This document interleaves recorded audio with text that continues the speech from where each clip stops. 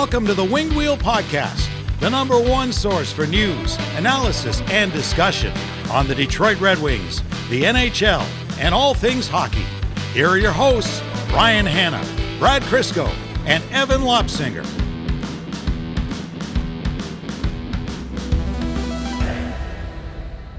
Never in my life have I been so close to saying we should delay the recording of the Winged Wheel Podcast, a Detroit Red Wings podcast based on the fact that there's a Toronto Maple Leafs game to be played tonight. And yet, the last two games have been so funny. My immediate thought was we need to be recording. Did we not record since the 6-1 or 5-1 win? I thought it was 6-1. I mean, I feel like everything after 5 is the same thing. Yeah. And it was the Leafs barely had the one. It felt like they should have not counted it. Like, you guys need 2 before we really believe that you're going to score here. That's crazy that we haven't recorded since then. I thought for sure we've already talked about that. And then there was the win afterwards, which was the most predictable thing in the world because everyone was so despondent. Nobody more so than Steve Dangle. Oh, poor guy. We have a bit on this show where one of us will tweet out, checking in on our good friend Steve Dangle, and it's just him screaming into the void. The thing is, Steve Dangle actually is our friend. Like, we know Steve, great guy, friend of the show, friend of us personally. And like, it's on a whole other plane of pain. Because how bad do things have to be for the entirety of your existence covering a hockey team where in the heat of the moment, you say, we have Elvis freaking Stoico on the first line talking about when you're doing a deep pool on a figure skating legend because you have Mitch Marner doing pirouettes on the ice in a game 5 of the playoffs. Like, that is just a whole other level of pain. I remember this now. We recorded virtually our Patreon exclusive overtime. That's what it was, yeah, and as it was happening. As soon as we all connected, I said, have you guys turned on Steve's stream?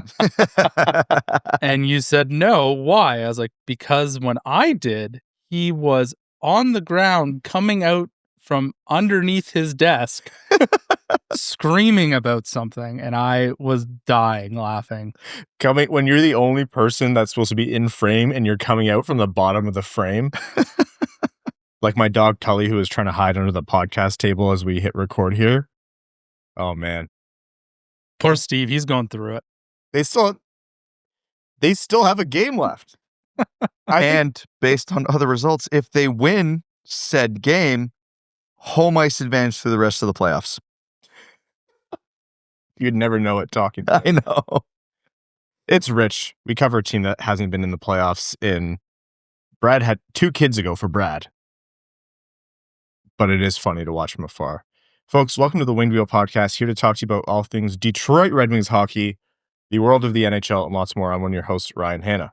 I'm Brad Crisco. And I'm Evan. On this episode of the Winged Wheel Podcast, we're going to be talking about the Red Wings, a fun hypothetical that everyone was immediately talking about when it came to the Red Wings and a potential free agent acquisition, Mitch Marner.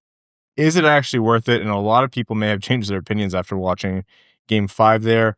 Some more Red Wings notes and news as we head international and otherwise. We are going to get into NHL updates, which include more former Red Wing hires or potential hires across the league, and the Stanley Cup playoffs continue to deliver.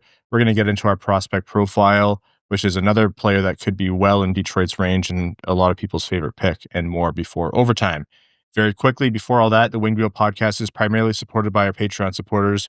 Patreon.com/WingedWheelPodcast if you want to support the show. You get access to benefits like our bonus overtime episodes, which record right after the main show. We let loose, have fun. Evan makes fun of Steve in a loving way. You get bloopers, outtakes, thoughts with Evan, all of that and lots more. You also get access to our Winged Wheel Podcast Patreon exclusive Discord. Additionally, you're automatically entered into all of our giveaways. In season, we give away 2 tickets to every Detroit Red Wings home game going directly to our patrons. And we have more planned for the offseason. So again, patreon.com/wingedwheelpodcast.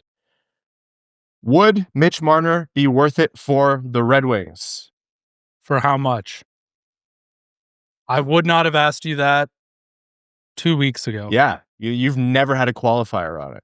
Would you do it? Okay, let's put the number out there that we were saying for Rantanen before he signed in Dallas. Which is? $14 million. No. So 13.9, do you do it? No. What's your number for him? What is Mikko Rantanen making in Dallas? He's going to be making $12 million. That's 12.5. I was saying a no tax state, which we'll have to. Don't care. 12.5. That's my in. number. 7 years. And I think that is probably what a lot of people are thinking if they even want Mitch Marner on their team. We're going to cover the series and all the drama about it in the NHL segment ahead. But to talk about it, that game, it fell apart early. It wasn't just Mitch Marner's fault, but when you're down, was it 2 or 3 goals, and you do a spinning backhand out of your zone, trying to break out, cause a turnover, the puck comes back the other way, you get beat backdoor on a lazy back check, weak defensive coverage. They score, and the game just gets away from you at that point. Like, the book on Mitch Marner for all of his critics is he's soft, he makes these like spinny, fancy plays, does not play hard hockey. He tries to dodge hits. I think that spinning backhand, some might say he was trying a skill move. A lot of people would probably fairly say he was trying to dodge a hit. And even when he's like playing well and he has like a lot of points, or you point to the stats and say, no, actually he does produce more than most Leafs in the playoffs, he does always fall back into that crap. And so people are saying, why would you want to pay a guy to get you to the playoffs if he's going to be a problem when you get to the playoffs? And though I spoiler, I think I still fall on the other side of that argument. It's not an unfair argument. I don't blame Evan for saying how much, because it's Leafs fans are pending Game 7 here. They were done with him after Game 5. Done with him. Sorry, all I heard there was get to the playoffs. So, I mean, realistically, that wasn't a great play by him, but any backdoor play should not fall on the winger. Brad. I know. Come It wasn't on. good. It wasn't good. A lot went wrong. But like the way this play broke down, the way he got crucified for it, like the way it's talked about, and again, I'm not saying it's a good play. It's a bad play. But the way it's talked about, it's like talk first. It's like he turned it over in the slot in his own zone. That puck made it to the far blue line. It was tape to tape with the Florida Panthers defender. But all 5 Leafs were between that puck and their own net before it ended up in their own net. So, like, bad play, turnover, yes, obviously net negative, but a play that doesn't end up in your own team's net 99 out of 100 times. But I think I disagree. I think to make that play with the momentum going out of the zone the way it was, the breakout didn't have to be that complicated. And then it was him that had to try to cover and on the back. Yeah, like I said, not a good play, but not the catastrophe that it was built up to be. What he essentially did was no different than if someone went glassing out and the defenseman picks it up at the far blue line. No, because glassing out is a safe play. But the puck ended up in the same spot. Yes, but his play was a much higher danger play. Oh, yeah, there's risk. But well, he went backhand through the middle of the ice, tape to tape with a Florida defender. If you go glassing out, that creates like, I'll say 50-50 puck, but it leaves some chance for your team to regain or retain possession. And the puck takes longer to settle. It takes longer to turn it back the other way. Also, I think what we're really landing on here is if Toronto had Justin Hall back, that puck would have been out Justin Hall would have just been coming around his own net trying to catch up. But he would have gone glassing out. No. Justin Hall is the glassing out king. Toronto should trade for him. Like the touch to stop it right below right before the goal line. I see the point you're making. Like if that puck sticks on the Leafs player stick in the neutral zone, I can't remember who it was, and they break in, and let's say they get a goal out of it. Everyone's pointing to that saying, wow, what a spinning backhand. But the thing is, in a game like that, considering the context, how they were down, how they were getting beat, they had lost 2 games straight after being a goal away from being up 3-0 in the series, and pulling that move. It's easy to say context aside, or if this was something else, but the context lives there, especially with the Leafs. And Marner, it's not really a secret that he's not a fan of all the scrutiny. No. Who would be, but... No, absolutely not. But the other thing that I tie back into the point that I was ultimately trying to make there is everybody at least once a year towards the end of the season needs to go look up one stat from the regular season, from the playoffs, whenever you want to look at it. Plus minus. Giveaways. Who leads the league in giveaways every year? It is the elite of the elite of the elite of the NHL. Like Quinn Hughes is always up there. Erik Karlsson was always up there. And I know, but like Those are two defensemen. no, I know, but like those are the type of players. Debatable. Yeah. But- Okay. Fair. But the point being, it's the guys who have the turnovers are usually the high-end, creative type players who have the puck on their stick for 90% of the game. So naturally, it's going to come with mistakes. You can't ask someone like Mitch Marner to not be creative on the ice because then they are no longer an effective player. There are some guys who are so athletically gifted, you can ask them to play however they want, and they're going to be effective. You could tell Nathan McKinnon to play east-west, north-south, physical, finesse, whatever. He's going to be effective. Mitch Marner is not effective in any way other than the way he plays. And that's the reality of it. Was it a bad time for a turnover? Absolutely. Was it a bad turnover? 1,000%.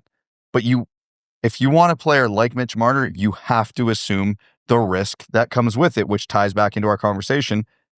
Do you want that on the Red Wings? Because that's what you're going to get. You're going to get 100 points a year. You're going to get some highlight reel goals and assists.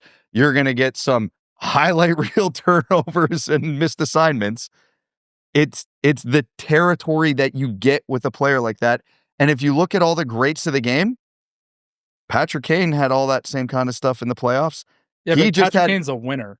But that's the thing. He plays the same style. He But did he the same wins. thing in the playoffs. He also had the 2010 Chicago Blackhawks, not the Toronto Maple Leafs.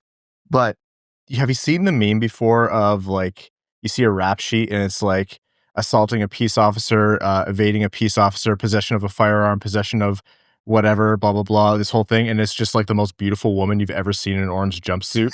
And underneath is, I can fix her. That's how I feel about Mitch Marner. It's like, because what the point that Brad was making as Evan and I were ribbing him, Brad is correct. Like, that is what you're going to get with Mitch Marner. It's not to try to excuse that play. It was a god-awful play, but it's going to happen. And so everyone's saying Mitch Marner is going to do this for the Red Wings in the playoffs. When Brad said, you said playoffs? That is literally the point there. That's where I fall in the argument too. He will do that. And I don't think the Red Wings can fix him at his core. It'd be great. And maybe a change of scenery would help, or maybe a team with more defensive supports or who has better two-way players than the Leafs have had. That's up for debate. But like that's Mitch Marner. But just getting there is the first big step. I said something like, you know, the Leafs are falling apart and everyone is blaming Marner. All is going to plan. And someone said, you would, really want to see this kind of thing in Detroit. And unironically, I would love to have a hockey game to be mad at in the month of May. Please. I haven't had that in almost a decade now. I would love to be angry about hockey in May. You know how chill I am watching the playoffs? It's fun. It's not natural. That's not the way the good Lord intended it. I should be fuming. I should have my neuroses about, all my rituals for the day. We should be doing playoff content by now. I'm replacing my stress with broken air conditioning units. Yeah. We're going to need playoffs for you to be able to afford your broken air conditioning unit based on what you were saying. So get Mitch Marner to Detroit so Evan can afford to not sweat in his own home. that would go a long way. And the funny thing, especially coming from Red Wings fans about the narrative of he can't get it done in the playoffs, because there's two things that stick out in my mind, because he hasn't done it yet. Like I can't argue the point. But he debuted with the Toronto Maple Leafs in 2016. So this is his 9th year with the team. Hasn't done anything. That's weird. 2016 was 3 years ago, but okay. Yeah. Anyways, 14 years it took Steve Yzerman in Detroit. He had the exact label Mitch Marner has right now. The exact label at around this point in their career. And also, we're not that far removed from the Four Nations, where Canada had 2 huge overtime wins, and those 2 overtime goals were scored and set up by Mitch Marner. That's what's the most perplexing thing about this whole situation is for me, because I'm watching what's happening in the Stanley Cup playoffs, and I've watched what's happened in the Four Nations, and they just don't equal the same guy. You know, it's a lot of hockey throughout the year, and there's always injuries and whatnot, but I'm watching apples to oranges right now, and I can't make sense of it. It's a mix of, I do think Marner mentally, like that's a mental player in a way that like it affects him quite a bit, and you can see that. That's not news. It's like a way insanely more talented Philip Zadina kind of situation for Red Wings fans who want a comparison. Like where that guy is mentally affects his game. And the well is poisoned in Toronto, right? Like we joke about Buffalo, but the well is poisoned in Toronto. And I do think there's something where Marner could stand to benefit from going elsewhere. He'll still be the same guy, but the noise in Toronto is only surpassed by the noise in Montreal, and that doesn't get noticed because it's happening in French and people don't speak French. And so that's the only difference. It is the Dallas Cowboys. They are the Dallas Cowboys in every single way. That market is insane to play in. And if you're a guy who's affected by that, and like Marner and his camp, they read and they consume all of that. I think to an unhealthy degree. Well, I think the Leafs, it's funny you mentioned Dallas because I think Leafs brass also thinks they can't win with Mitch Marner. They had a trade in place at the deadline for Mikko Rantanen, which involved Mitch Marner. Oh my God. If your brass is going to, try and make a swing like that, that has to be telling, right?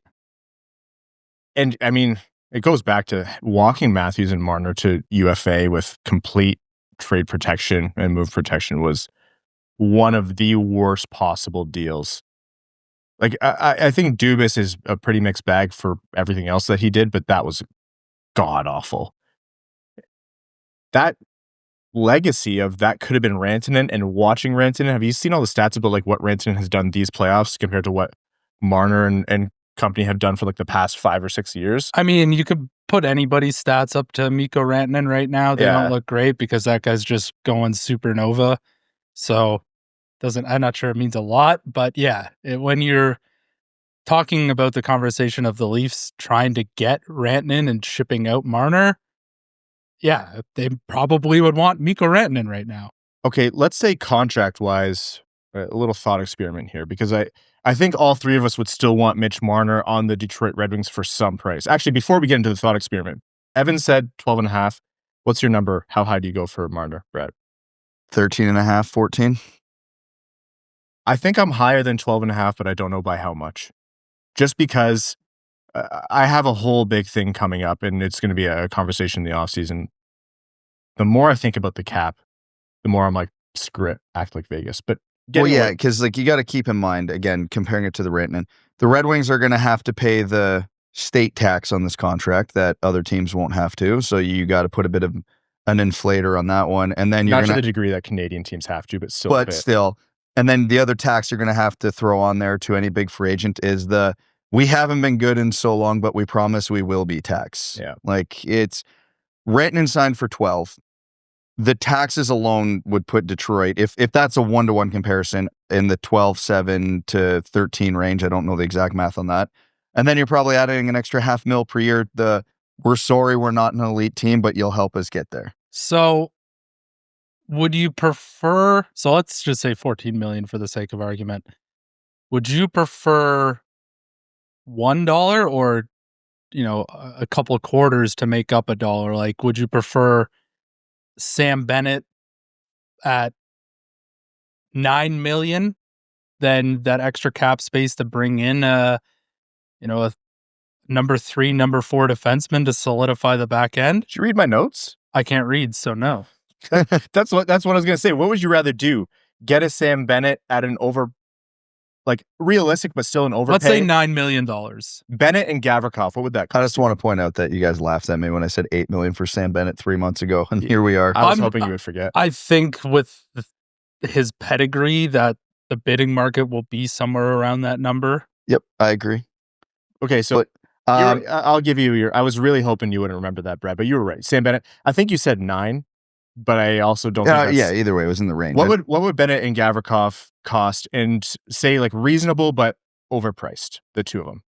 I'll call it'd probably be 14 to 15 mil for the two. I think you're looking at 8 and 7, if I had to guess right now. Call it 16 million. Okay. Would you rather have Bennett and Gavrikov or Marner? Marner all day. I think Ryan just saw a ghost. Yep. So not even that you have that opinion, the fact that it was that fast and all day. Because Bennett's going to be like I've been warning about Bennett for this long, saying he's going to be the classic overpay, a great player with great intangibles coming off a career high of 50 points and change, who's really well liked. And again, beware the late 20s forward coming off a career high in points on a stacked team. It's like Mitch Marner. Okay. But here's the thing. You can find, if we're going the Moneyball route on this, you can find a Sam Bennett in the aggregate. You cannot find a Mitch Marner in the aggregate. I was also using Sam Bennett as an example. Yeah. I'm saying, can you take other players with 14 million? But that's the catch. It would be entirely dependent on who it is, right? I'm laughing at recreating Sam Bennett in the aggregate. One guy takes 5 small elbows from every Red Wing on the ice. Okay, so let's say not Sam Bennett. This is a little bit more convoluted, but an offer sheet that costs you, what is it, first, second, and third for Knies. So Knies and Gavrikov. So you're giving up assets and you're paying, 14 to 16 million, call it. Now you have my attention. Right? Now you have my attention. Now that is a real debate in my head. So you want to give up picks, also pay someone who's had a short-term career so far. I feel like the risk is a lot higher. Evan, we have started our summers in April for the last 1,000 years. I'm not saying not to do this. But the reward I'm just is as tired higher. of when we do the draft lottery stream. I'm just as mad being there as everybody else. But yeah, no, because it's a thing too. It's like what Gavrikov, even to talk about him now, and I think he's past 30 now. If not, he's just as close as Bennett. What is he going to be in 2-3 years? Probably not an elite defenseman anymore. Probably still good, very good. He's going to be 30 in November. Well, what about a guy like Ivan Provorov? I don't know how he did in Columbus this year. I know he's in his 20s. Like, that's another potential. Like, it doesn't have to be Gavrikov. Yeah, again, there's always going to be combinations for $14 million that are going to be better than Mitch Marner for $14 million. But you have to find that right combination for where the Red Wings are at. That's why I like the Knies example, because he's young. There is absolute risk there, but his prime will be the entirety of that contract. Yeah. Right? But I think the Leafs would, if they know for a fact that Mitch Marner is out, they would match him Knies' contract. Yeah. So the way, for sure, and for the sake of it, the way offer sheets work is if the Red Wings go out and sign Knies to a 7-year offer sheet, it's not the AAV on 7 years. It's actually the way you divide the total value of the contract is the lesser number of the years you signed him to or 5. So if you sign him to 6 or 7 years, that's not the AAV for the sake of the compensation goes up. So if the Red Wings want to only give up a first, a second, and a third, they have to make sure that that calculation comes out between 7.02 million and 9.36 million.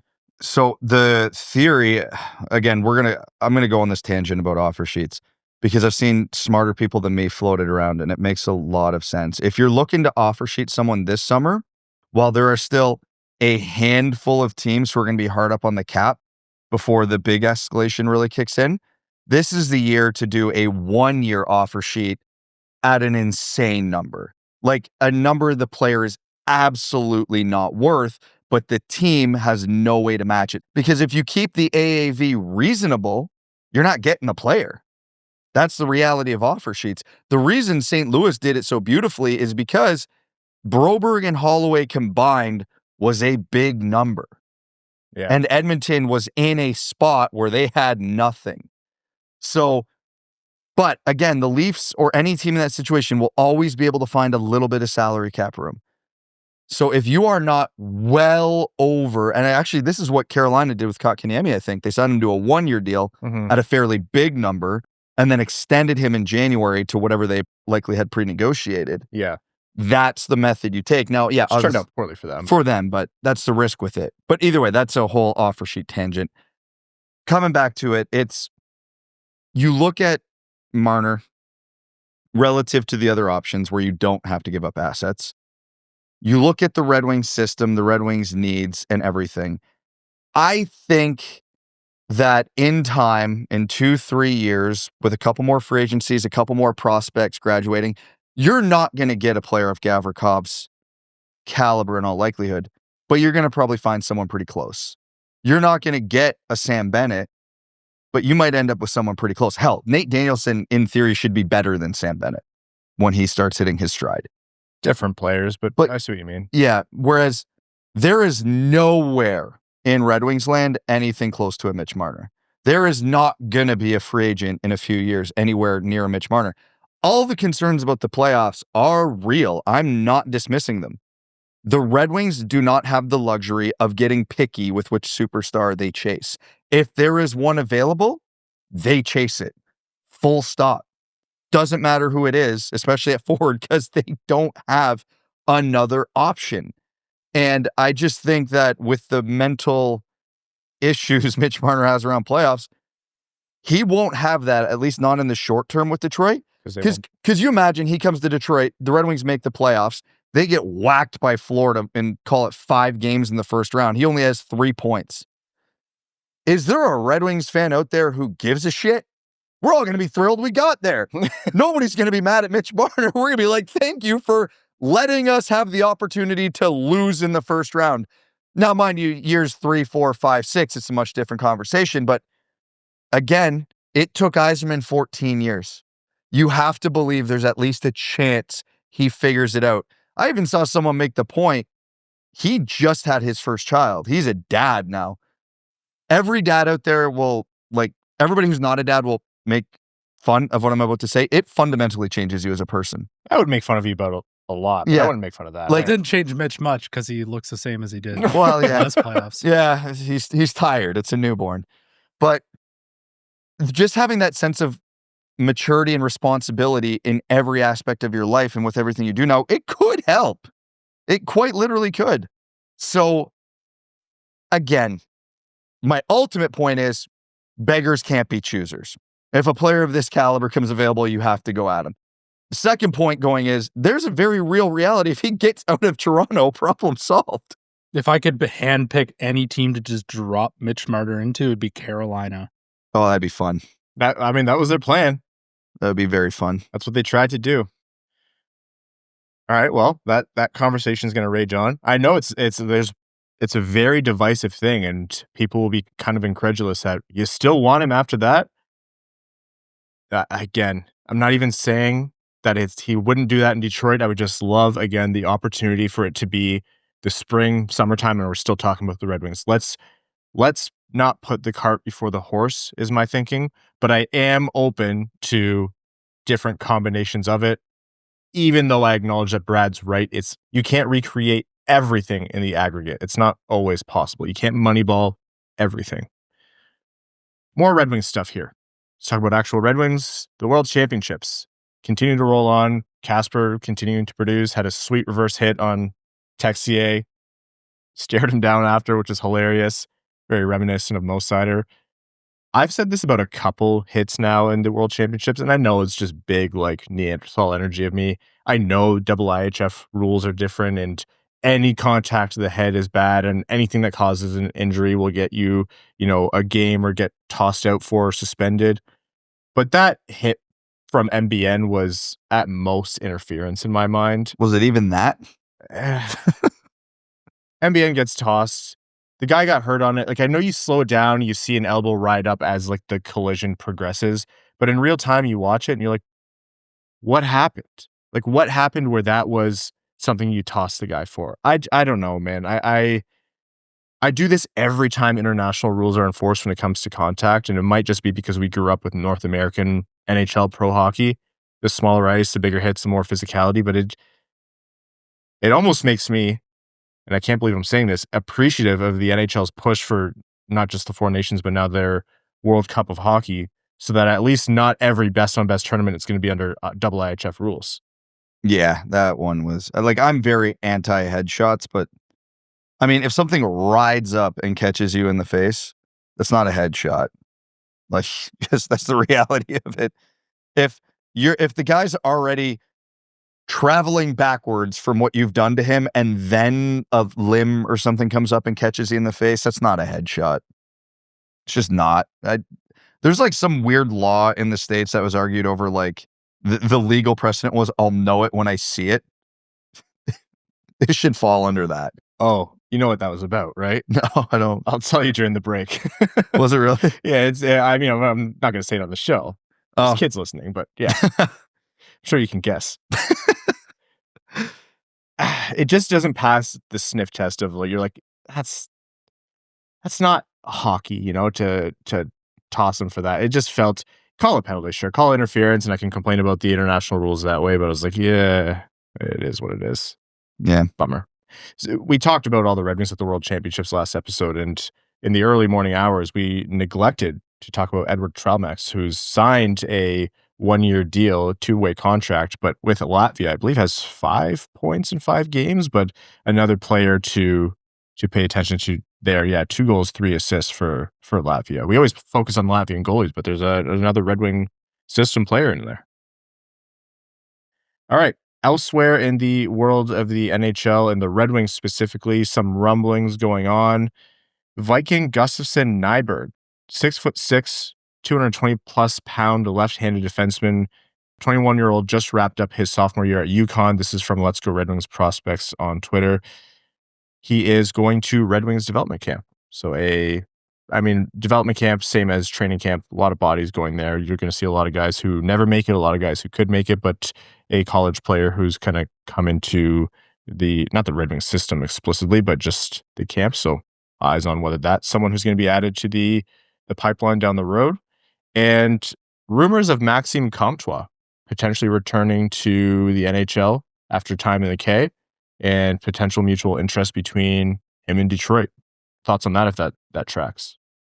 I like him as a depth option, third, fourth liner, probably fourth liner.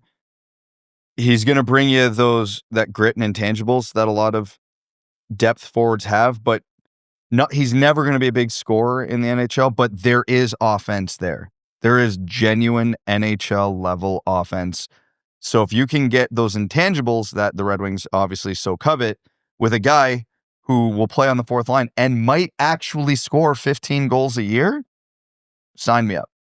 And he's young too, right? So you got some time with him to integrate him into the system. You don't need him to come in right away and provide something of substantial value right off the hop. And with the Red Wings have a lot of bottom six guys, but they need some new bottom six guys, because what we've seen the past year or so, I'm ready to start making some regular rotations and some additions and subtractions there. So if he's a guy who's interested in coming to Detroit, I think he's got some ability to help the Red Wings out. And worst case scenario, he goes down to Grand Rapids. So I'm ready to try anything in the bottom six at this point. Yeah, I almost have the same mentality with this as I do Mitch Marner in the category of beggars can't be choosers.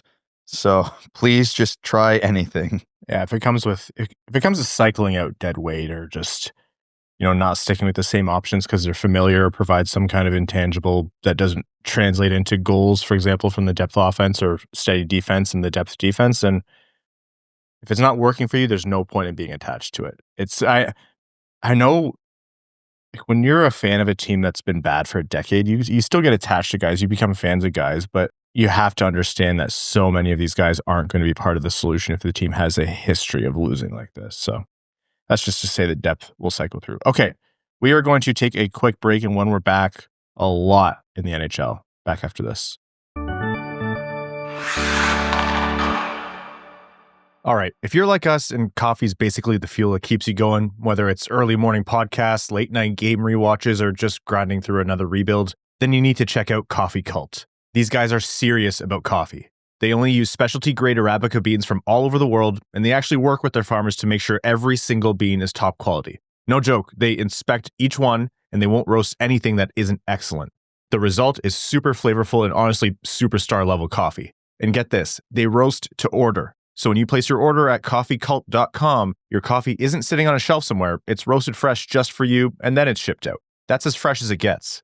Their dark roast is a go-to. Smooth, heavy-bodied with notes of caramel and chocolate, perfect for cold mornings at the rink. Or try something a little different like the Sumatra with chocolate and brown sugar vibes. And they've got a killer lineup of single origin coffees from places like Colombia, Kenya, Brazil, you name it.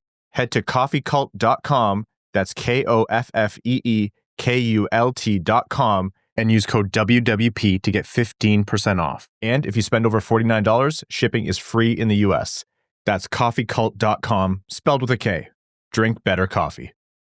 How did you choose which internet service provider to use? The sad thing is, most of us have very little choice because ISPs operate like monopolies in the regions they serve. Then they use this monopoly power to take advantage of customers. Data caps, bandwidth throttling, the list goes on. but worst of all, ISPs have the ability to keep a log of every website you visit, and so can a ton of other third parties, unless you use ExpressVPN. Without ExpressVPN, those third parties like your internet provider, your mobile carrier, even your school or work network admin can still see every site you visit, even in incognito mode. ExpressVPN reroutes 100% of your traffic through secure, encrypted servers so that nobody can spy on what you're doing online. What makes ExpressVPN the best? First, it hides your IP address so your activity stays private. It's also incredibly easy to use. Just one tap and you're protected.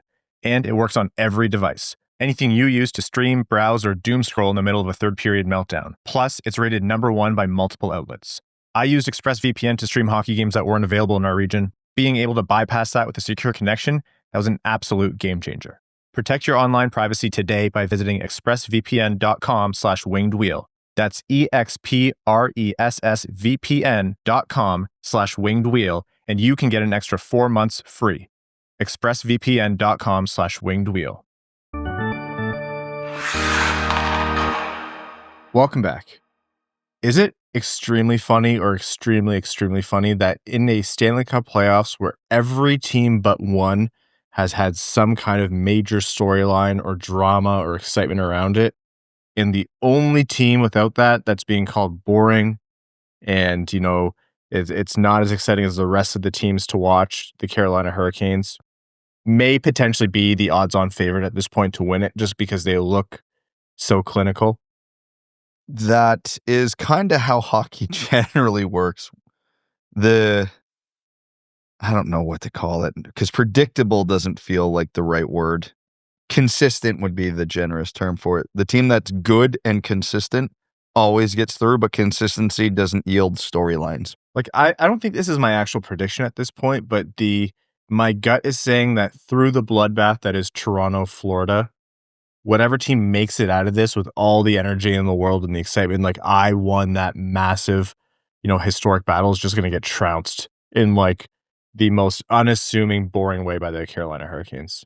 Well, that is the silver lining if the Leafs win tonight, because I haven't figured out how this exactly works yet, but I'm working on it. Because the last time the Leafs played the Hurricanes in a conference final, the Detroit Red Wings won the Stanley Cup. So I got to figure out the in-between pieces here, but we're one Leafs win away from a Red Wings Stanley Cup. Start washing the equipment. Don't ask questions, boys, but you're gearing up. All right, let's go series by series. Let's actually start in, I can't believe we're going to make it quick, but Toronto, Florida. We talked about it. Toronto got trounced Game 5. The most predictable thing happened, which was after just getting completely obliterated on home ice in the most embarrassing way possible, multiple jerseys being tossed on the ice, they go out and win a gutsy game in Florida. Matthews breaks through right after Sportsnet Stats puts out some kind of stat about, 400 playoff games, 0 goals in this specific time frame, like doesn't show up in big moments kind of thing. He scores, breaks through, Toronto wins that game, and it's now tonight after recording. By the time you listen to this, you'll know the result probably. Leafs Panthers in Toronto, Game 7, where most people had probably already burned their jerseys in Toronto after Game 5. I would love to just be the cashier at the store when one of the guys who burns his jersey comes in to buy another one if they win tonight. It's going to be like, what's funnier? They get trounced again, 6 or 7-1, or Mitch Marner is the hero? If the stipulation is they get waxed by Carolina, absolutely the second option there.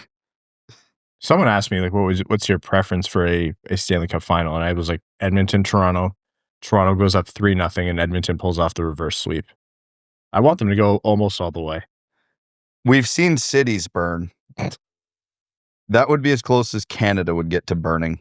The level of animosity that would come from the East and West. No, though, the rest of Canada would cheer on as Toronto burned itself. Definitely. Any way to get through the GTA and up to Cottage Country faster, I'm here for it. Traffic would be way better. Okay, you're willing to put your necks out on a prediction for Game 7? Can we do what the Simpsons did? What a gutsy win that was by the Florida Panthers. I got, until the Kings are slain, I'm gonna go with the Kings, and I'll say Florida wins this series. I think Florida has it too. I think if you win that mental battle once, it would take something we haven't seen from Toronto. But again, they've already done things we haven't seen them do this playoff. So You never know. Yeah, I'm going to go Mitch Marner game-winning goal. I'm either right or happy. There's no in between. He's either being driven out of town or driven out of town, but just a bit later. Yeah. Washington beat handily by Carolina 4-1, and Carolina answering the question of who was the better team this year, and was Washington riding a lot of, I don't want to say just PDO, like they were a good team for a good stretch there. They got cold at a bad time, but Carolina was the better team. Oh, yeah. That was as lopsided as a non-first round series as I've seen in a while.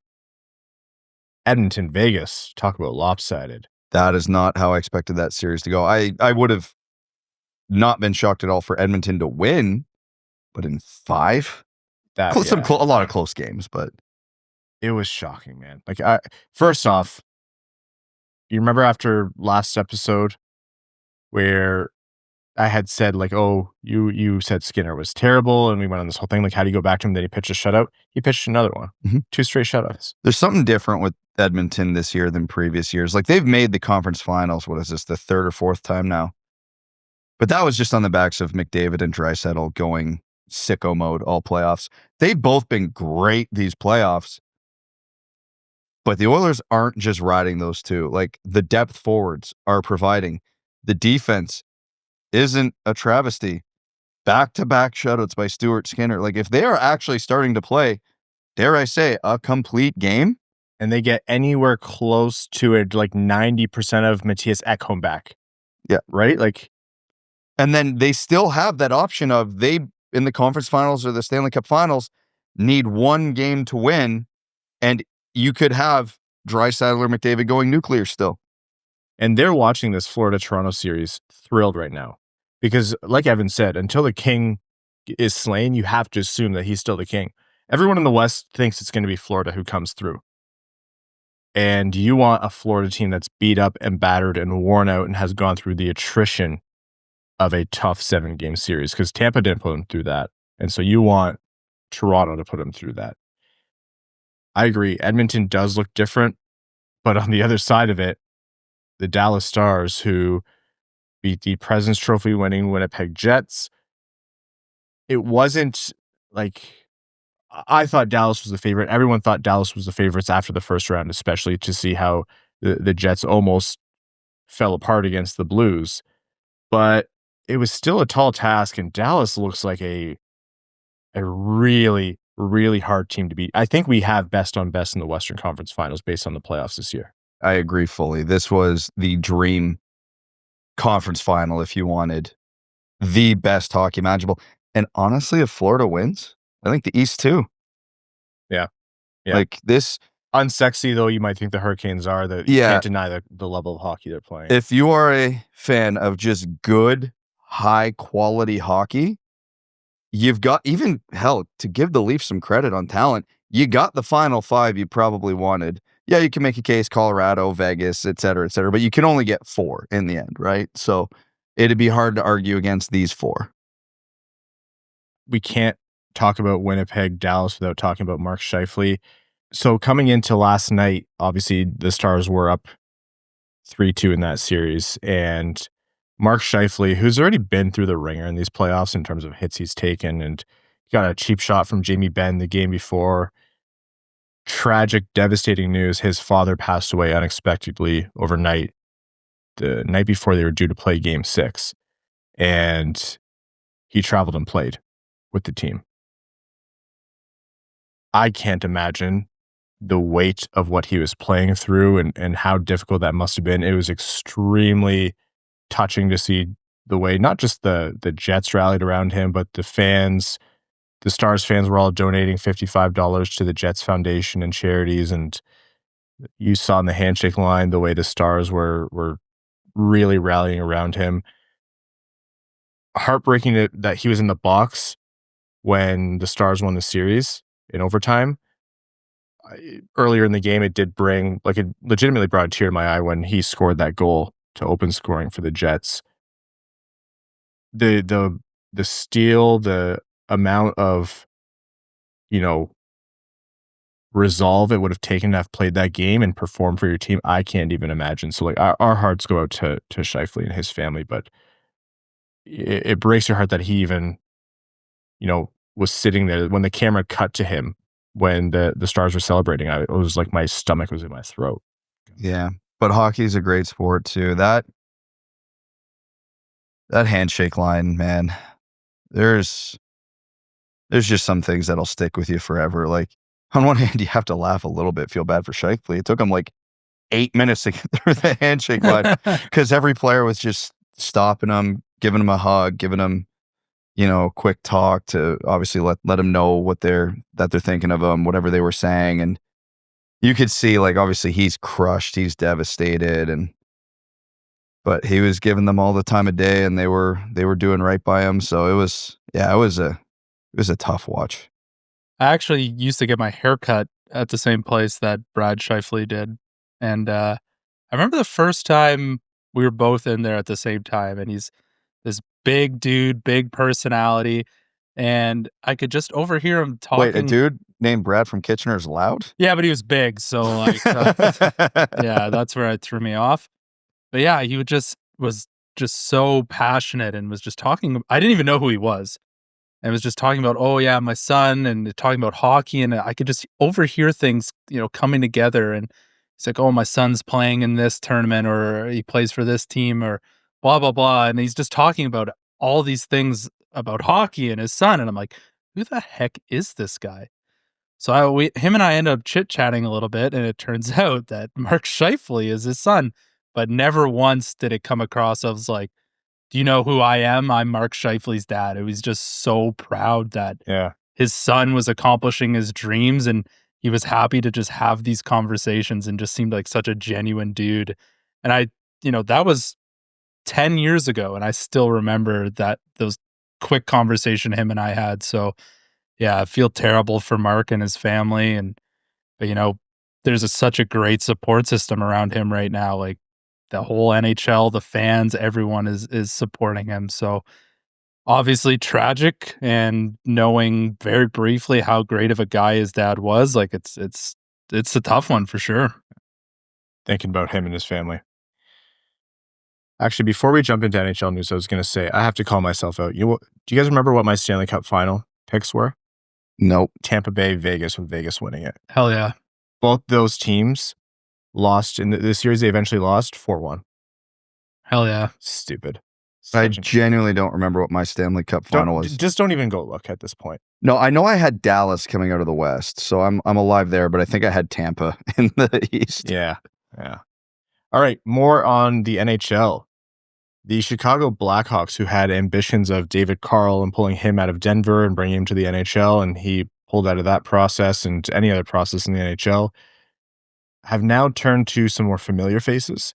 And a frontrunner, though nothing confirmed, so anything can change, a frontrunner is supposedly, stop me if you've heard this name before, Jeff Blashill, assistant coach for the past few seasons with Tampa Bay under John Cooper, and previously head coach in Detroit for multiple seasons.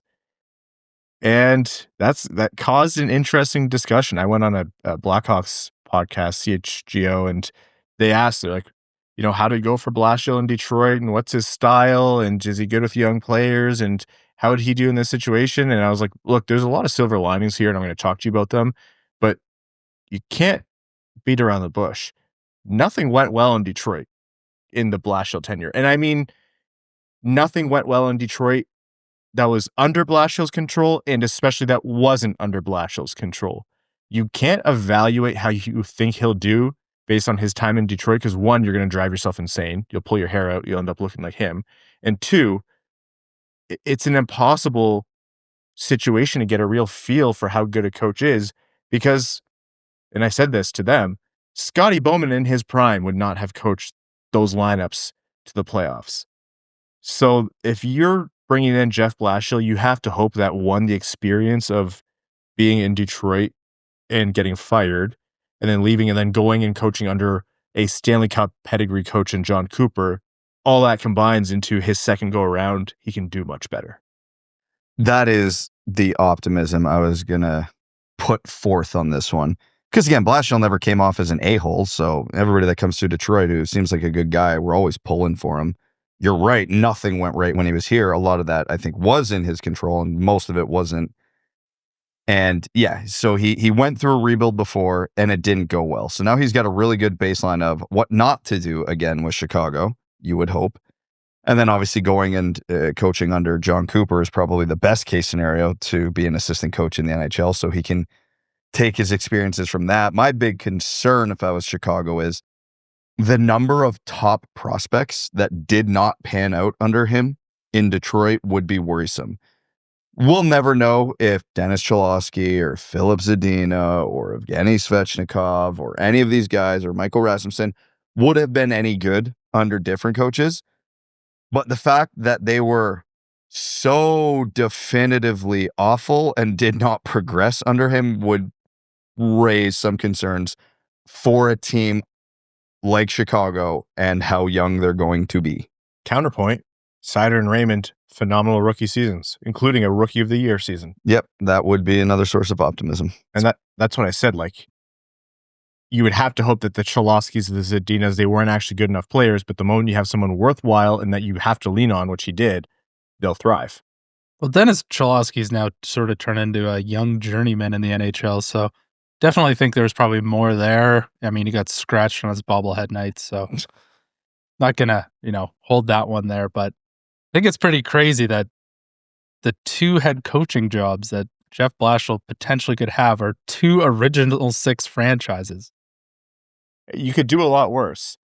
Yeah, I think like the moment he went over to join John Cooper's going to be there for a long time, and with NHL teams, they know the head coaching gigs it's a rat race with a tight turnaround. So there's jobs popping up left, right, and center.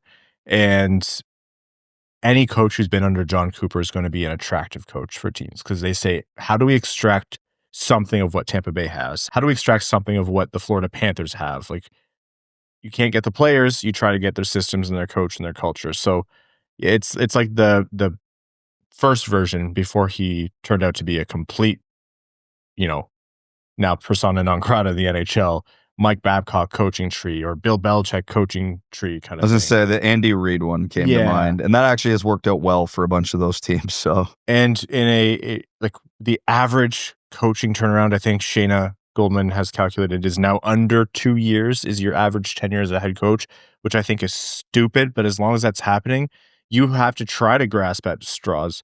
And we've on the show talked a lot about retreads and giving the same guys opportunities over and over and over. But as time has gone on, I think I've kind of dialed back my opinion on that. I do think guys can learn more, especially first-time coaches. It's hard for them to be successful. You see sometimes the second go-around is a bit better. Am I optimistic about Blashill? I just don't think I have a firm opinion one way or another because I think it's hard to know if any coach is going to do well. He's not a sexy pick, but how many sexy picks have we seen that have gone terribly, right? How confident are you in Mike Sullivan in New York? He's a great coach. Great coach. Oh, yeah, that team's in a tough spot. He's got his work cut out. I think in the short term, I could see some optimism, but the cliff is very clearly coming for that team. Yeah. So, I mean, all the best to Jeff Blashill. I said, we had a lot of criticisms about him, and a lot of them I would still, go out and back up based on what was happening at the time. But that's not to say a guy can't improve, and no matter what, the biggest factor in his failures in Detroit were the roster. And he didn't sign or acquire or trade for or draft those players. So we'll see how it goes. I hope it goes terribly because it's the Chicago Blackhawks, but for the sake of Jeff Blashill, who is a great guy, really well loved, a lot of connections to Michigan hockey, I do want to see him, succeed and have another go at this. So happy for that at least. And then I don't know, did we ever talk it going back to Philly? That was just the long runway that was, projected all year, north of $5 million a year in Philadelphia. I don't think we talked about it because it had been so obvious for so long. That when it got official, everybody's just like, oh, yeah. Anyways, talk it going back to Philly as well. North of $5 million for him. The contract for Sullivan in New York beats the AAV for the Mike Babcock contract back in the day. Those coaching numbers are going up again. And remember, that doesn't count against the cap at all. So if you care about billionaires' money, then then you should care about that. Otherwise, coaches are getting paid more. They pay him for 4 and keep him for 2. It's the dream, man. What are you doing here? Go figure out how to coach NHL teams. I know. I don't even know what type of coach I would be. Would I be the yelling coach or the guy who just stands there, like the Craig Berube just stands there?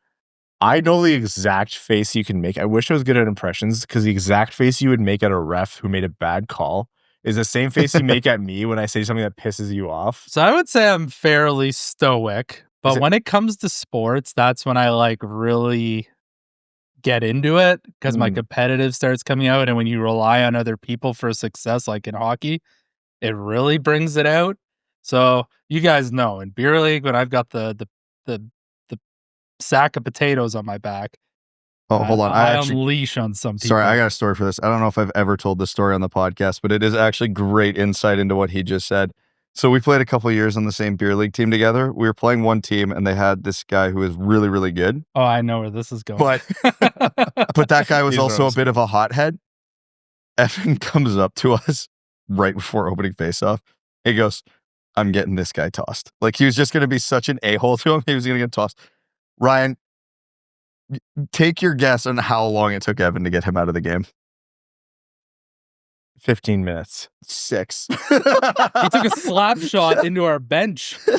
I got him so mad. Sorry, that was the result of how you pissed him off? Yep. I don't remember what I said.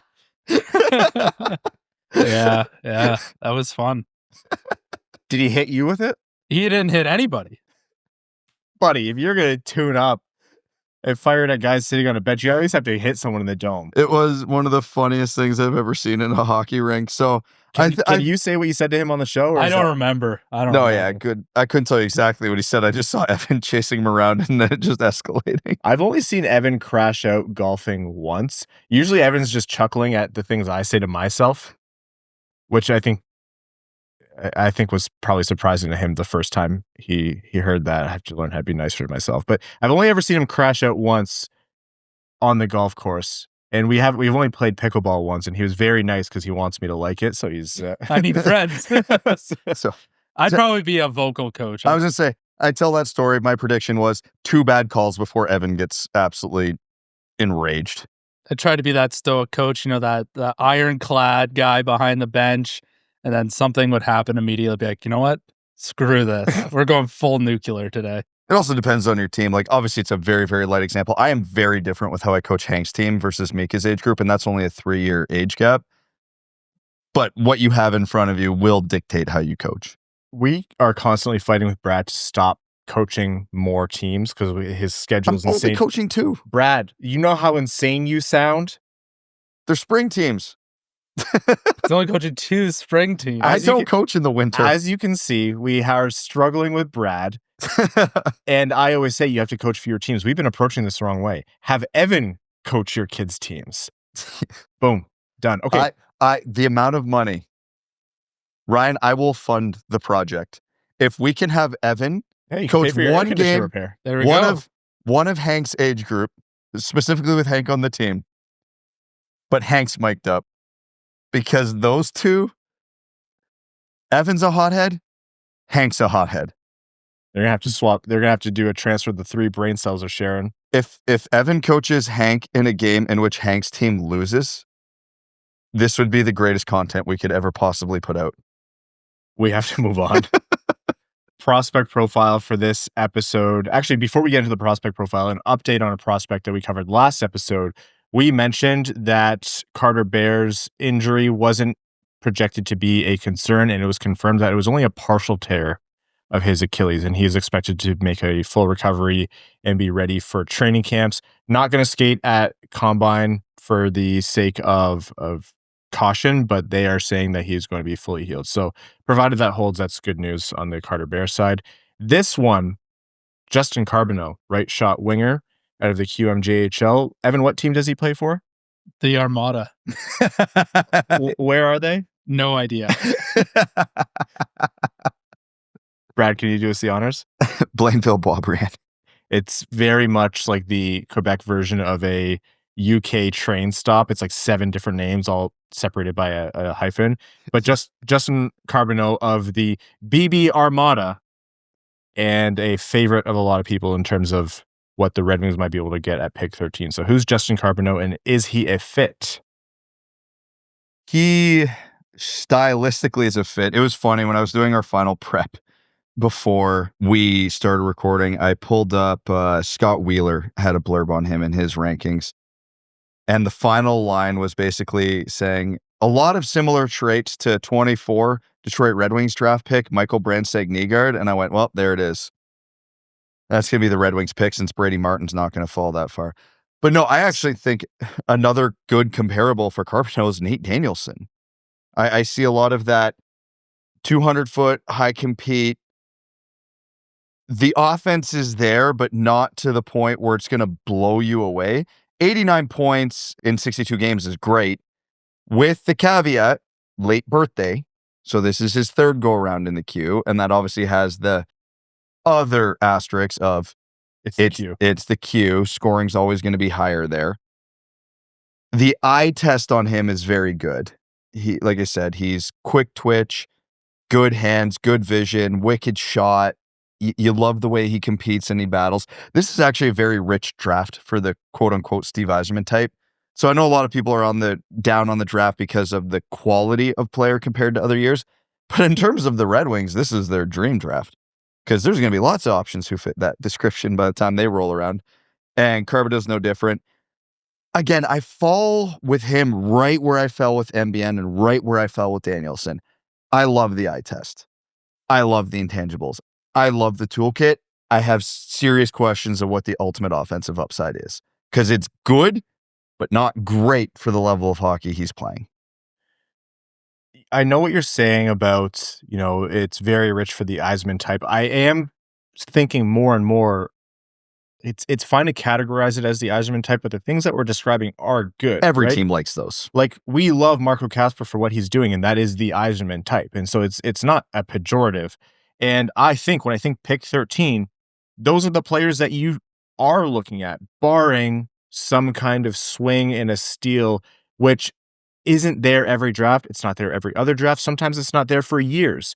Sometimes teams do it and you get a Pastrnak or a Larkin or whatever. And by God, if you have scouts saying we can get someone like that, then you do it. That's what the Red Wings were trying to do with Axel Sandin-Pellikka, right? Like, that's the ultimate upside for him, is that he's a top 10, top 5 in the draft player that they got way lower than that.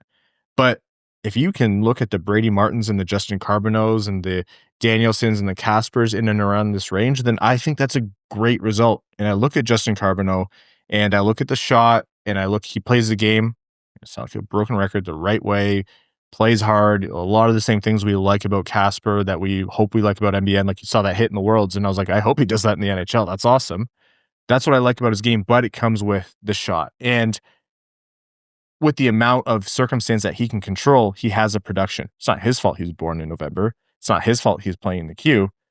Well, it kind of is. But you don't have to play in that league. But both of those things are, his last name's Carbonneau. He has to play in that league. Yeah, it's ordained.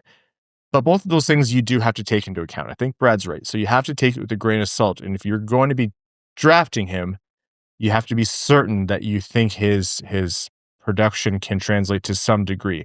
I do like his tools, though. Like the shot especially, he's good at the puck. Like, there's a lot there to like, and so the late birthdayness doesn't scare me so much. We've all been fooled by the QMJHL so many times. I don't think he's like a 90-point player in the WHL is not the same as the QMJHL, so I'm not translating that one-to-one. I think the kid is a good fit for what the Red Wings need in their top 6. Understanding that's a rich statement because he's not a year away, most likely. But I like Carbonneau. I think if your scouting team is very happy with him and banging the table based on what else is there, then go out and grab him. Yeah, I don't disagree with anything you guys have said. Like, I feel like we've done this type of prospect profile a million times at by this point. He's got all these great skills. He doesn't have a lot of, massive holes in his game right now. And it's all like, how does it translate to the NHL? Where is the production going to be at the NHL level? And we talk about this over and over again. So once again, he falls into that sort of camp for me as well. I will fully admit that drafting someone out of the QMJHL is a no-go for me this year. They would have to be the second coming of Wayne Gretzky for me to even consider it, and that ain't happening. I just do not like... I just don't see the translatability from the Q to the NHL as well as I do the WHL to the NHL. Maybe I'm just an old idiot, which is almost certainly true, but with the amount of other players at 13 that I really, really like, I think you're going to get someone who can translate more easily. That's not to say Justin Carbonneau can't come into the NHL and be a middle six forward. I think that's very likely given his skill set, but I think there's more interesting players. Maybe Brady Martin's still there at 13. I would much prefer him over Justin Carbonneau at that pick. And I think his game translates better and provides something more that the Red Wings need rather than taking another guy that they've already overdrafted in their prospect pipeline. I think with where the Red Wings are at, they need to take a swing. Like, I think Carbonneau is going to be that guy that's going to very safely project into the middle six. Again, I think the NHL upside is going to be limited. And I know we've talked about him a lot recently, but Evan brought up the dub, and it's a good comparison for me in this range. You look at Cole Reshny versus Justin Carbonneau. Reshny had more points in a tougher league as a 17-year-old. So Carbonneau's had the extra year in the queue. And again, he's a good player, but like, where are you taking a swing? Could Carbonneau pop off for 60, 70 points in the NHL? Yeah, it's possible. I think that would be like you hit a home run type scenario. Where there are going to be players that are available in that range where the ceiling is higher than that. Maybe not as likely to hit their ceiling. I think Carbonneau, I hate using the term safe bet because that makes it sound like the player's not good. But he's a safe bet because I think Carbonneau has a very high floor. But again, I think his ceiling isn't quite as high as other players that'll be in range. See, I think more of his shot and his offensive abilities than you two. Like I think. But then 89 points as an 18-year-old in the queue, like, it's good.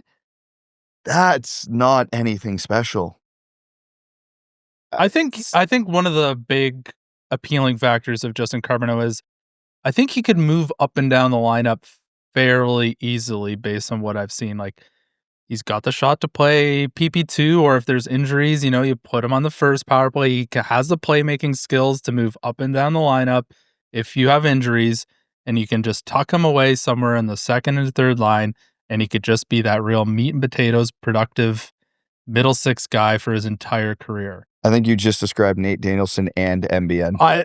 That's the ultimate point. Like, this isn't an anti-Justin Carbonneau prospect profile. It's just saying the Red Wings have a bunch of these guys already in the system. And they all shoot right. So why do the Red Wings need to go back to the well again for something that they already have? I mean, maybe they'd be like, hey, this is working for us. Let's just keep taking these guys. It's their safety blanket. We know how to work with these types of players. So I can understand that as well, but there's so many other players, I think, at 13 that bring more intrigue to me than Justin Carbonneau. It's so good to have a quant on our show who just remembers which way everyone shoots. I agree. It's acting like I knew that. It's really only Danielson and MBN. My only counter to that, understanding the point you guys are making, my only counter is statistically not everyone's going to make it. And you like those players when they make it, right? You like Kasper. And so you can't control the fact that you're picking at 13 unless you trade the pick, in which case we're having a much more fun conversation. But if you're picking there, and depending on who's available, there's worse things to do than drafting someone else who might hit the same way Kasper did. And again, speaking in generalities, don't bucket every player as like you either don't make it or you're Marco Kasper. Nate Danielson isn't Marco Kasper. Like it all changes. The players are different, but just to simplify it, yeah, someone who can produce, has a great shot, good puck skills, good along the boards, wins battles kind of thing. Maybe you're not labeling him top 6 most likely, but top 9 is in range. Pick 13. If you're not taking a swing, in my mind, it's not the worst thing to do. But I get what you guys are saying. There are more, there's players who, there's a good way to say it, Evan. There are players who give you more intrigue than Carbonneau. But sometimes it's not always the sexy pick. Well, I'm not drafting him because he plays in the queue. So Yeah, that's right. It's an immediate no-go for you. All right. That's Justin Carbonneau. We're going to take a quick break here, and when we're back, the final segment on the Wing Wheel podcast back after this. We're going to overtime. Overtime is brought to you by our Patreon supporters, patreon.com/wingwheelpodcast if you want to support the show. Again, the bonus episodes, the overtimes, the giveaways, the Discord, all of that and lots more is what you allow us to do. And also very quickly, before we jump into questions here, The Athletic puts out a local NHL broadcast survey every year for you to rate local broadcasts from across the league. And it's always a great time to recognize, the national broadcast is what everyone's paying attention to right now because it's the playoffs, but recognize the powerhouse crews that push through the best local broadcasts across the league, and Red Wings fans will know quite acutely how lucky we are to have the Detroit Red Wings broadcast crew that we do with FanDuel Sports Detroit. So I think it's a great way to recognize them and any other broadcasts you think deserve the recognition. So we'll put a link in the description. Go fill out that survey. It's a great initiative that The Athletic runs every year. And I mean, we always say pound for pound, I think that's the best broadcast crew locally in pro sports right now. All right. Questions from our Patreon supporters. Let's start with Beer League Chicken Daddy. Says, I'm not as plugged into the rest of the league in terms of coaching, but how much of a McClellan effect will we see in free agency in terms of players wanting to come here and having a greater impact when they arrive? I mean, if the notion that the players weren't happy with Derek Lalonde and the way he was coaching the team are anything to go on, at the very least, it's addition by subtraction. Because if, Kopp and Kane are saying things in the media about how they don't necessarily agree with the systems they have and they think offense is being stifled, free agents would see that and think, I don't want to be there. So the fact that it's now a guy who's saying, just play effing hockey and trust the way you play hockey, that would go a lot further. So to some degree, I think that's real. Yeah, I think in terms of free agent decisions, the extremes are the only ones that matter. A lot of players will absolutely avoid certain coaches, and like the elite coaches would maybe have some pull in, call it a tiebreaker for a free agent. Beyond that, I think the 80% in the middle, I don't think players care too much about. The dollar amount matters more than anything most of the time. Exactly.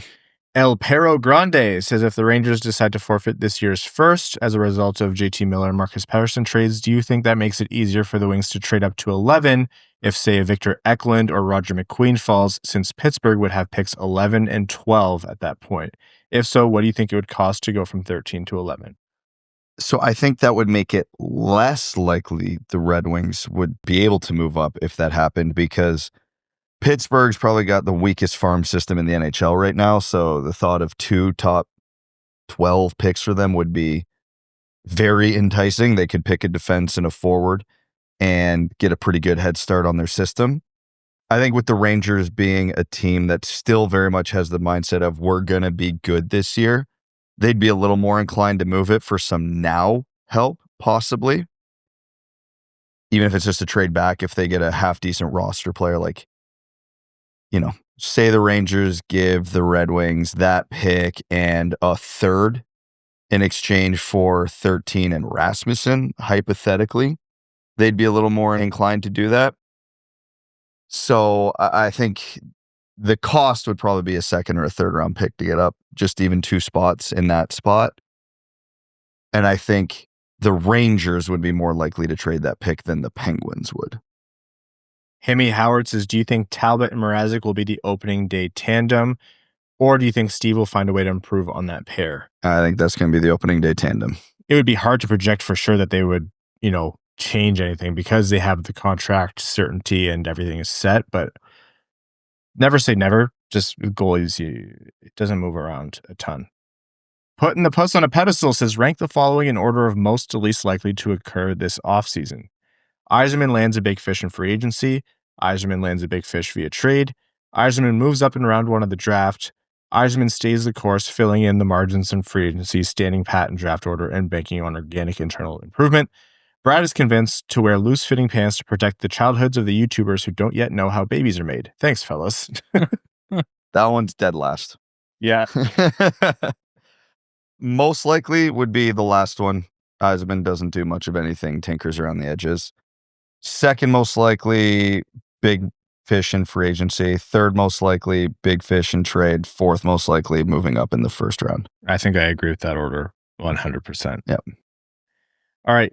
Last one here says Amanda Hug and Kiss says, how about those Toledo Walleye? As far as Red Wings affiliate teams still playing hockey, they've advanced to the conference finals of the Kelly Cup playoffs in the ECHL and are currently facing the KC Mavericks, now 2 wins in a 7-game series. Thank God for the Walleye. We've been saying that a lot the past couple of years or so, maybe more it feels, but at least they're doing something in the Red Wing system. Hey, I've got actually a couple good reasons now to head down that way next season because Toledo's probably worth checking out a game. It's only, an hour and a half outside of Detroit. Actually, one of my employees just committed to Bowling Green D1. Cool. So a bunch of us are going to try and make a weekend of it to go down and catch one of his games. Nice. Toledo Walleye. We do have to do an event there. We've been talking about it for a long time. And I think I've actually committed us to it in the future. It's just there, and we have a couple other locations as well, and we're well overdue. All right, we're going to wrap up this episode of the Winged Wheel Podcast. Thank you all so very much for tuning in. Thank you to the sponsors of the show and to all of our Patreon supporters. We cannot do this without you. Patreon.com/Winged Wheel Podcast if you want to support the show. And if you want to support us, but Patreon's not for you, you can subscribe wherever you get your podcasts, YouTube, Spotify, Apple Podcasts, wherever. Hit the subscribe button, leave a rating, a review, the stars, the thumbs up, whatever it is, and tell a friend about the show. All of that are things that really help us. To all of our name-level supporters on Patreon, we cannot do this without you. Arjun Shankar, Yves Bartels on behalf of the Sir Grand Foundation, Jennifer Morris, Aikfer, THL Champ, Samuel Soderholm, Icon, Glenn Brabham, Sea Lion, Matthew M. Rice, Adam Rose, Adam Louisa, Admiral Matt S. of the Cheesebag Navy, Alex Toger, Anna Sleeman, Asher Killian, Beer League Legend, Best James Bond, Bingo Bango, Carl Brutanen Nanalewski, CB55, Susan High Five, Clip Clop Nene, Connor Scovey, Craig Kibble, Denny's Gamer Girl, Derek Enstam, DJ Denton, Eric Hill, Give Blood Fight Probert, Grand Rapids Girly, Griffin, God Creatives, Hockeytown Love, Hockeytown Matt, Hassam Al-Qassem, Jay Gollum, Jacob Turner, Jeff Pridemore, John Ingalls, Jonathan Miller, Kaylin Wood, Mark Hernandez, Marty, Matt McKay, Michael Edlin, Mr. Kuzi, Now I Have to Learn How to Click on a Macintosh, Podgy713, R.A., Richard Perkins, Roy Donk, Ryan Britt, Sam Bankson, Sharks OS, second overall pick, Changed My Mind, Slim Smitty Card, Stephen Ortlieb, That's What I Appreciate About You, Tiger McDougal, Wallman's Elite Dancing D, Wings Fan Chicago, Iserplan Stan, Aaron Hudson, General Andy Bohan of the Cheesebag Army, A. Aaron, All Motor No Hands, Ann Stanislavski, Antonio Gracias, Bellingham Acid Balls, Bex, Busting It Down Like Evan on a Tuesday Night, C.E. Hayes, Chris Felinsky, Clay Adams, Commander Ben Barron of the Cheesebag Space Force, Connor Layton, Corey Parita, Darren Fick, Drop the Puck, Dylan Larkin, Trade Sacrifice, Eric Nance, Evan Beckner, Evans, Brown, Pomeranian, Frank Stanley, Gene Sullivan, Grepsky, Griffey Boy, Hockey Fan, Joey Jojo Shabadoo, James Pridemore, Johnny Page, Jeremiah Dobo, Jim, J.M. Rhapsody, Josh Yelton, Kevin McCracken, Quaz, Linda Hull, Lonnie Zone, Lucas Raitmond, Matt Keeler, Mitch Minier, Ophelia, As Good As It Gets, Rosie Posey, Roy Mudbutt, Ryan M, Sandy P, Right Hand D, Steven, That Other Guy, The Hodag, The Hat 123, Trent Thorough, Wings Fan in St. Louis, Scott. Yep, it's made with bits of real Panthers, so you know it's good, and your second favorite patron. Thank you all so very much. We'll see what we have to say about Leafs Panthers Game 7 next time we talk. Thanks for tuning in to the Winged Wheel Podcast. Be sure to visit wingedwheelpodcast.com, where you'll find links to subscribe to the show on Apple Podcasts, Spotify, YouTube, or wherever you get your podcasts. You'll also find ways to support the show, like Patreon, official podcast merchandise, and more. And don't forget to follow us on X at Winged Wheel Pod, at Ryan Hanna, WWP, at Brad Crisco, and at Hockeytown Evan, as well as Winged Wheel Podcast on Instagram.